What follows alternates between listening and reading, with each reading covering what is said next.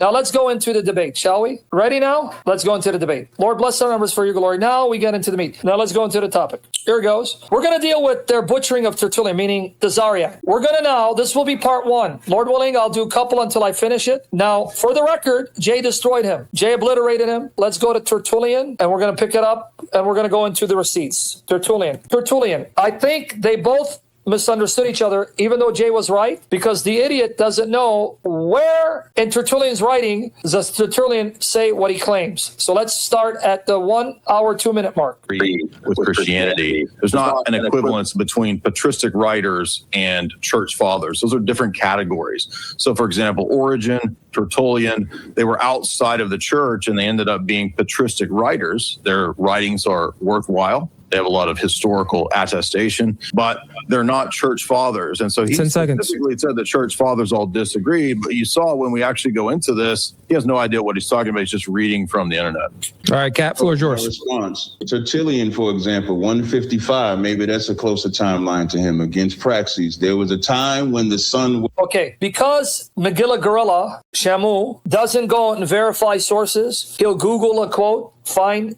a quote. It's not against Praxeus. I believe it's against, because his name is slips me, but I have the article, Hermogenes. He's right that Tertullian said what he said, but he gave the wrong source. It's not against Praxeus. It was against Hermogenes. So I'm going to have to explain it. Even though I've done sections on Tertullian, I'm going to have to start a playlist, early church fathers. Different categories. So, for example, Origen, Tertullian, they were outside of the church and they ended up being patristic writers. Their writings are worthwhile. They have a lot of historical attestation, but they're not church fathers. And so he specifically said that church fathers all disagreed, but you saw when we actually go into this, he has no idea what he's talking about. He's just reading from the internet. Sorry, ladies. All right, Cat, floor is yours. Response. Tertullian, for example, 155, maybe that's a closer timeline to him, against Praxis. There was a time when the sun was not. Why is that controversy? Because people believe that Christ always was. There's a time when the sun was not. Did Tertullian say that? Actually, he did. But because he's stupid, he doesn't know primary sources, he misquotes Tertullian. Let them go through this. We'll focus on Tertullian. And I have the article in the description box. Did Tertullian deny the Trinity? No, he didn't. So there was discrepancy of you didn't have to do circumcision or you could do circumcision. There was a question of Christ having a creation point, Christ not having a creation point. It doesn't matter what year I use. The point is, who they call the church fathers did not agree on everything. That's a fact. And I gave sources that's closer to his timeline. He mentioned against Praxeus. I did not say it had to stop. Asking how long does not mean I wanted to stop. I'm trying to get a time frame. Okay, got it. Okay, well, he got 1 minute right now. Are you able to... The floor is 1 minute, Jay, go ahead. Are you able to pull up anything? Because he referenced a text that's important. I can pull up some stuff for sure. Okay, so this link that I put in the private chat there, he mentioned against Praxeus. All right. Watch. Okay, so you'll look at chapter 2. Well, you pull up that page and you scroll down to chapter 2. He gave the impression that Tertullian was teaching the Arian view, which is a misquotation because Tertullian teaches, what is that in chapter 2? Can you see that? What's the title of chapter 2 rather? I'll go ahead and pull it up. See, I've actually read these books. He hasn't read these books. Chapter 2 says, in against Praxeus, scroll down a little bit. Yep. Let's just read this title. Chapter 2, the Catholic doctrine of the Trinity and Unity, sometimes called the divine economy, or the dispensation of the personal relations of the Godhead. Notice this is 150 AD, which he tried to misquote as a reference to Arianism. He doesn't even know that this book is a refutation of the modalist position, which is his Unitarian position. And now, remember, Tazaryach said that Tertullian, in against Praxeus, said there was a time when the sun was not. Jay is precisely right. Against Praxeus is a destruction of modalism. Praxeus thought that Jesus was the human nature of the Father. He's a modalist. And he's destroying him, saying, no, the Bible teaches God is a Trinity. Father, Son, and Spirit, they're not the same person. They have the same substance. So he's right. He was dumb, stupid for quoting the wrong source. But Tertullian did say there was a time the sun was not. We'll get there. He calls Praxeus the modalist who believes that there's only one person in the Godhead a heretic. The very book that this idiot is citing from is a defense of the Trinity, the Catholic doctrine of the Trinity in 150 AD, which is what he cited. This wasn't about the Trinity. This was about the divinity of Christ.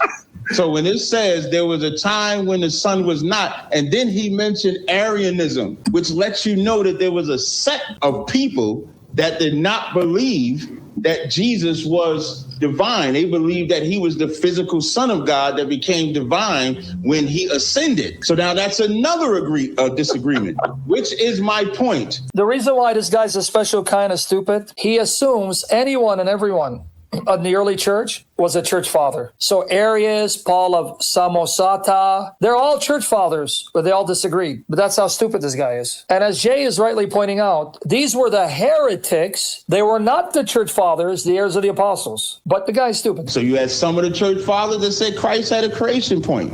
You had some that said he did not. That's what I said. I didn't say whether they believed he was God, whether they believed in the Trinity. My argument was only that they disagreed on if Christ was created or not. Now, here's where you're going to get confused. He believes Christ is God, but not the Most High, and he was created to be a God. So guys understand where Megillah Girl is coming from, because he's a special kind of stupid.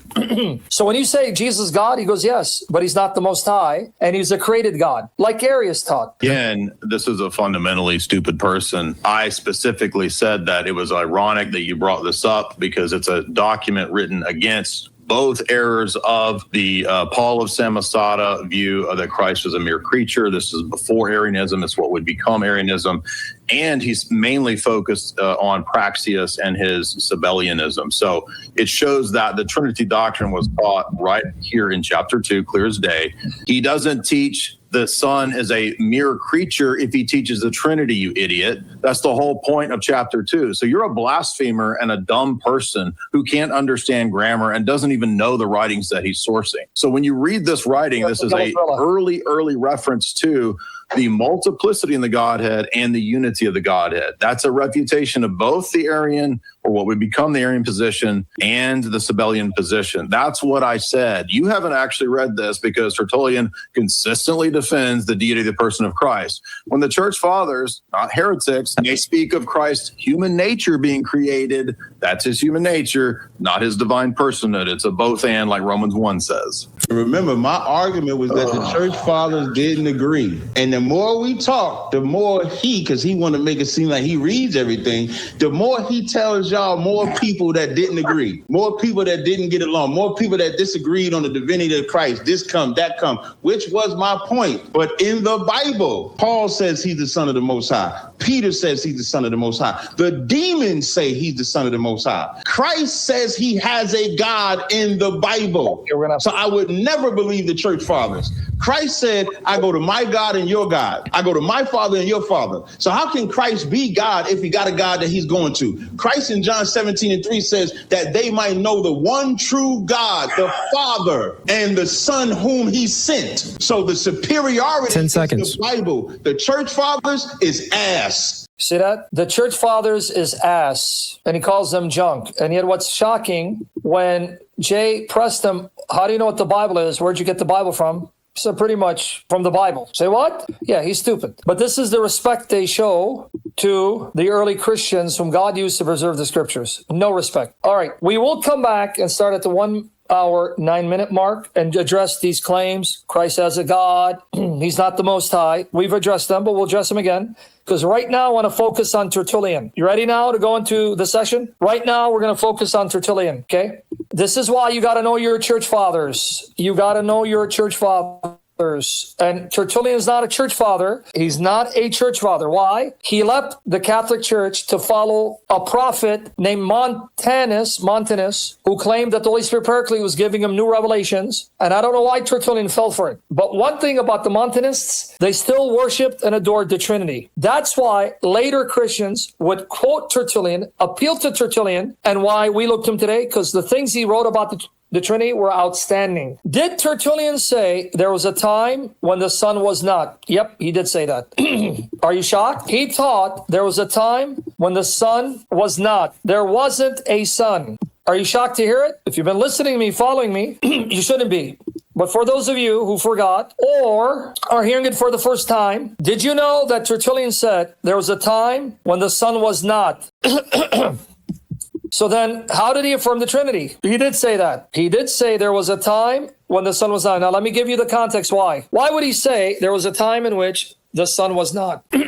Because Hermogenes, being a Greek, thought matter was uncreated. Matter was uncreated. He taught matter is uncreated. And one of his arguments was, don't you say that your God is Lord? Your God is Lord? Yes. Well, if he's Lord, who was he Lord to? He had to be Lord over someone. Who was he Lord to? Who was he the Lord of? Matter. So matter can't be created. That's the argument. You understand? That's the argument. So how does Tertullian respond? Tertullian says, God hasn't always been Lord, just like he hasn't always been the Father, because there was a time when the Son was not. Damn, that sounds like Arianism. You understand? He says God hasn't always been Lord, because Lord is not an essential, necessary characteristic of God. It doesn't have to be actualized. It's a function. Just like he hasn't always been Father. He adds also another point, that as God was always God, he's talking about Hermogenes, there was never a time when God was not also Lord. But it was in no way possible for him to regard it as always Lord. In the same manner as he had been always God. If there had not been always in previous eternity a something of which he could be regarded as evermore the Lord. Do you understand the objection? Hermogenes is saying God can only be Lord eternally if he's Lord of something. But the something that he's Lord of must be eternal. So matter is eternal because God is the Lord of matter. We affirm then that the name of God always existed with himself and in himself, but not eternally so the Lord. Meaning, though he is God always, because that describes his being, he's not always Lord, because the condition of the one is not the same as that of the other. God is the designation of the substance itself, that is of the divinity, but Lord is the name, not of substance, but of power. Do you understand the logic? You're going to see how brilliant he is. He's saying God has always been God. Why? Because the term God refers to his existence, his being. Since God is an uncreated being, the term God will always apply because God refers to his being. Lord is not a reference to his nature, but to his power and dominion. So he doesn't have to exercise power over something for him to be God. I maintain the substance existed always with its own name, which is God. The title Lord was afterwards added as indication indeed of something occurring. For from the moment when those things began to exist, over which the power of the Lord was to act, God, by the accession of that power, meaning because God possesses power by nature, the moment he created something, he exercised the power towards that thing, becoming its Lord and owner. Both became Lord and received the name thereof. He only needs to become Lord when he creates something and has power over it, though he's always been God. But now he goes a little deeper. Because God is in like manner a father, he is also a judge. But he has not always been father and judge. Notice, he wasn't always the father. Merely on the ground of his having always been God. For he could not have been the father previous to the son, nor a judge previous to sin. When there's no sin, he doesn't need to act as judge. When there's no son, he's not a father. There was, however, a time when neither sin existed with him nor the son. This is what Tazaryach was referring to. The form of which was the constant Lord a judge. When sin existed, he became judge. The latter, the son, made him a father. In this way, he was not Lord previous to those things of which he was to be the Lord, but he was only to become Lord at some future time, just as he became the father by the son. When he had a son, he became father. And a judge by sin also did he become Lord by means of those things which he had made in order that he might serve him. He is saying the son wasn't always the son. Now, does that mean he thought Jesus was a creature and Jesus wasn't God? No. Now let me go a little deep. And I'll read one paragraph, we'll be done. Pray, see? Satan attacks my throat. Tertullian believed. Now here's where you're going to have to understand the writers before Nicaea. The writers before Nicaea. They believed Christ always was the Logos. Christ always was the Logos. You with me? He was always the Logos and he was always in God, but he wasn't always the Son. Now let me break down what they thought. As the Logos, Christ is uncreated because God has never been irrational. He's always been rational. He's always had his reason, and that reason is inseparable from him. But it wasn't until, now listen to this. This is what Justin Martyr believed, Tatian believed, his disciple who was a Syrian, what Tertullian believed, what Irenaeus believed. It was only later they would articulate it differently. That was only when God chose to create that he then begot, brought forth, summoned from within himself the Logos to act as the agent of creation, and then summoned, spirited the Spirit to assist the Logos in creation. And it was that act of the Logos coming out of God, without severing from him, coming out. That act of coming out is when he becomes the Son. You understand what he believes? Christ as Logos exists within God. He's uncreated. And within God, God was reasoning with him. So they're already speaking to one another. It wasn't until, listen to this, God chose to create that he begot the reason and spirited the Spirit that was breath in him. That act of summoning them, that's when the Word becomes the Son and the Spirit comes out of him. And that's when you realize they are personally differentiated from the Father. So to Tertullian, the person of the Word, the person Spirit, they're uncreated because within reason was the Spirit, right? They were in God, so they're not created. But as long as they're in God, you could not tell the distinction between them and differentiate them. Tertullian also believed something else, if you're getting it. Tertullian believed also something else, that because God has a substance, all substances have bodies. So he actually thought God the Father has a body because he has substance. So when the Word was within God and the Spirit within God, they didn't have their own body because they existed in God's body. Similar to Eve. Eve did not have her own body when she was in Adam. When she came out of Adam, she took part of his flesh and was clothed with in her own body, right? Please let me know. Give me feedback you're getting this. Give me feedback you're getting this. With me? Eve existed in Adam. She didn't have her own body. When God took her out of Adam's body, took part of his flesh and clothed her with that flesh, she had her own body. That's what Tertullian thought about the Word. Okay? As long as the Word was in God, Spirit in God, they didn't have their own body. When they came out, they took a part of God's body, and that part of God's body became their own body, and that's when you can tell they were not the same person. Because each of them then had their own body that came from the original body, the substance of God. So Jesus' substance means he has a body. The Spirit's substance means he has a body. But that substance came from God's substance, his body. So though they're now separate bodies to our eyes, differentiated, their bodies are actually one and the same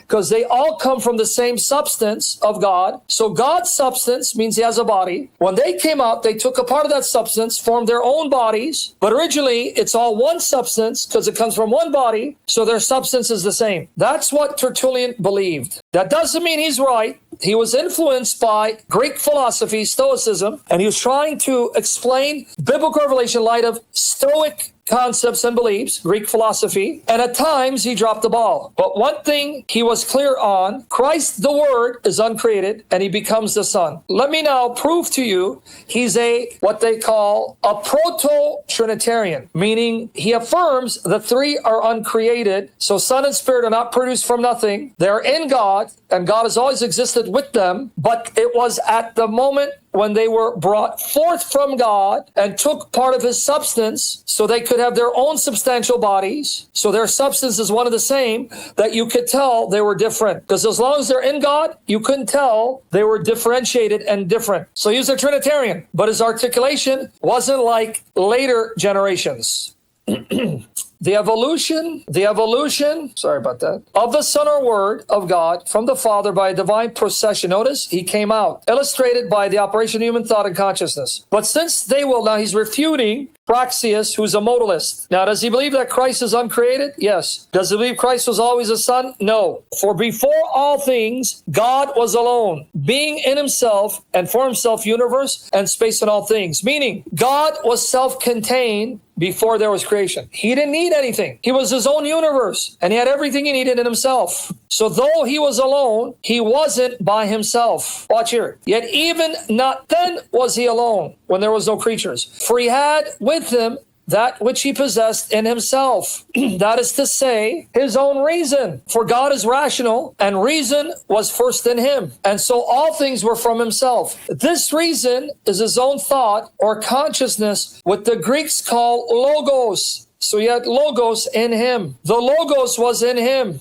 See that? Who's that logos? By which term we also designate word or discourse, and therefore it is now usual with our people, owing to the mere simple intuition term, to say that the word was in the beginning with God. John 1. Although it would be more suitable to regard reason as the more ancient, meaning it wasn't the word, it was reason in God, because the word is spoken reason. You understand what he's saying? Reason's in you, then you speak what you're reasoning within yourself. So the word is the reason spoken, but the word not spoken that's in you, that's reason. Okay? See how deep he is? You see why he's brilliant? He did the best he could with the understanding he had and the philosophy he was confronting. For although God had not yet sent out his word, he still had him, he had the word within himself, both in company with and included within his very reason. You understand what he just said? God was keeping company with his own word, fellowshipping with his own word that was within him, as he silently planned and arranged within himself everything which he was afterwards about to utter through his word. Now notice, he was silently arranging with himself, meaning he was speaking, right, within himself. Who was he speaking to when he was speaking with himself? To the reason. Now, while he was thus planning and arranging with his own reason, you see, he was speaking with and arranging with reason. He was actually causing that to become word, which he was dealing with in the way of word or discourse. You see how deep this is? Observe then that when you are silently conversing with yourself, this very process is carried on within you by your reason. You're using your reason to reason within yourself, which meets you with a word at every moment of your thought and every impulse of your conception. Whatever you think, there's a word, because you're speaking to yourself. You're having thoughts. You're visualizing words. Whatever you conceive, there's reason. You must needs speak in your mind. And while you're speaking, you admit speech as an interlocutor with you. You see? Your speech and you are in conversation. Who's not getting it? You speech and you are in conversation. You reason with yourself. You and your speech are conversing, involved in which there's this very reason whereby, while in thought you're holding converse with your word, you are by reciprocal action producing thought by means of that converse with your word. You understand what he just said? When you talk to yourself, thoughts arise in your mind. You see those thoughts and you engage with thoughts as if you're talking to another person. Why do you think you do that? Why do you think you do that? Because you're creating an image of God. So on a finite, limited, temporal level, by reasoning with yourself as if there's another person, that's reflecting what is true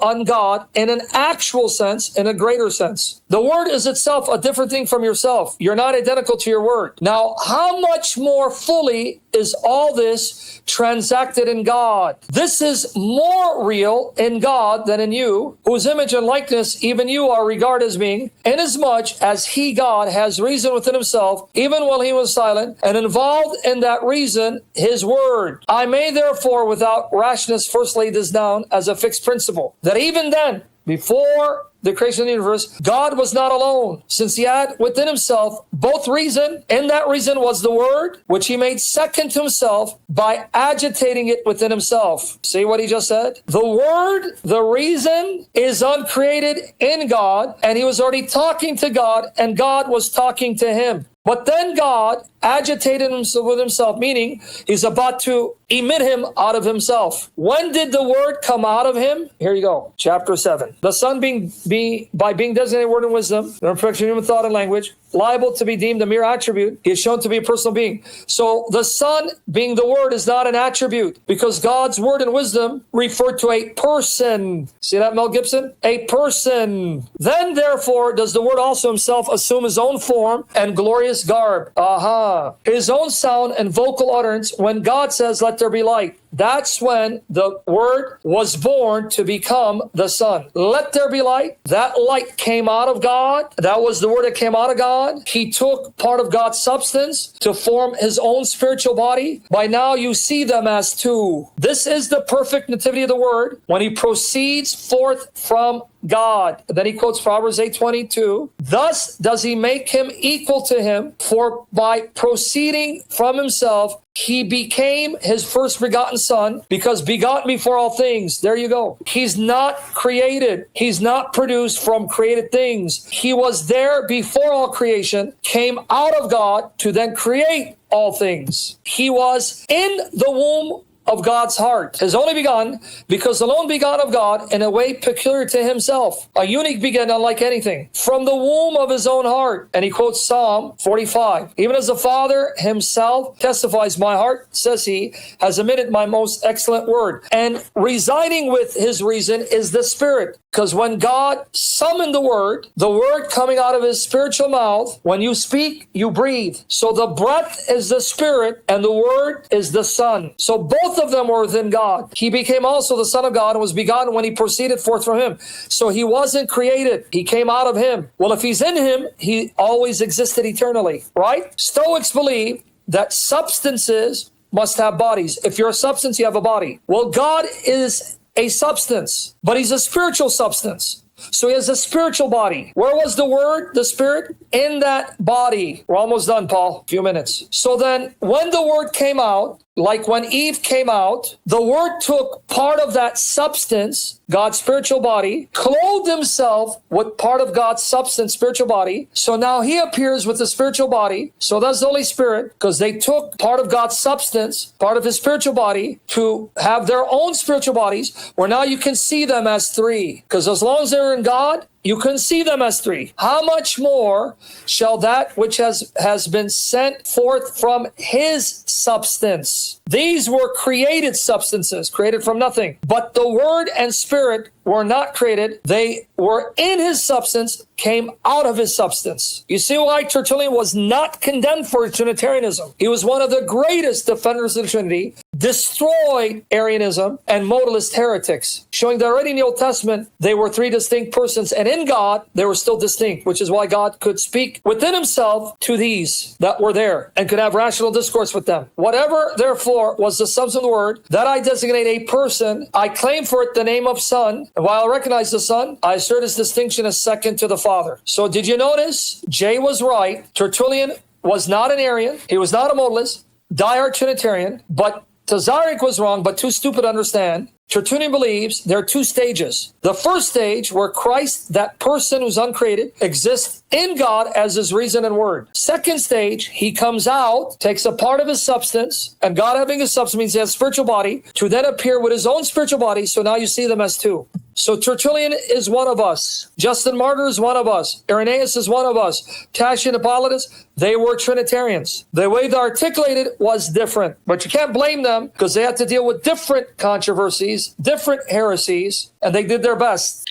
But I give you the analogy of Adam and Eve. Okay, here's the analogy so we can wrap it up. We're going to wrap it up. Eve was already in Adam, in his body, and a part of his body, right? But as long as she remained in Adam and part of his body, you wouldn't know and be aware of her. As long as she's in him and not separate from him, you cannot tell and would not know there is someone else that would emerge from him. Then she emerges, takes his flesh, and from that flesh is clothed with her own physical body. Now you recognize they're different. Now this is a limited example, because Adam is finite, temporal, limited, and Eve wasn't in Adam as a rational person that he was speaking with. Nonetheless, this reality in God is greater, because God is not physical, limited, finite. So in a similar way, Christ as the Word was in God the Father. The Spirit was in God the Father. They're uncreated. But unlike Adam, God was already reasoning with them within himself, then brought them forth so you can see the differentiation and distinction. That's the analogy that Tertullian gave. And we're done, guys.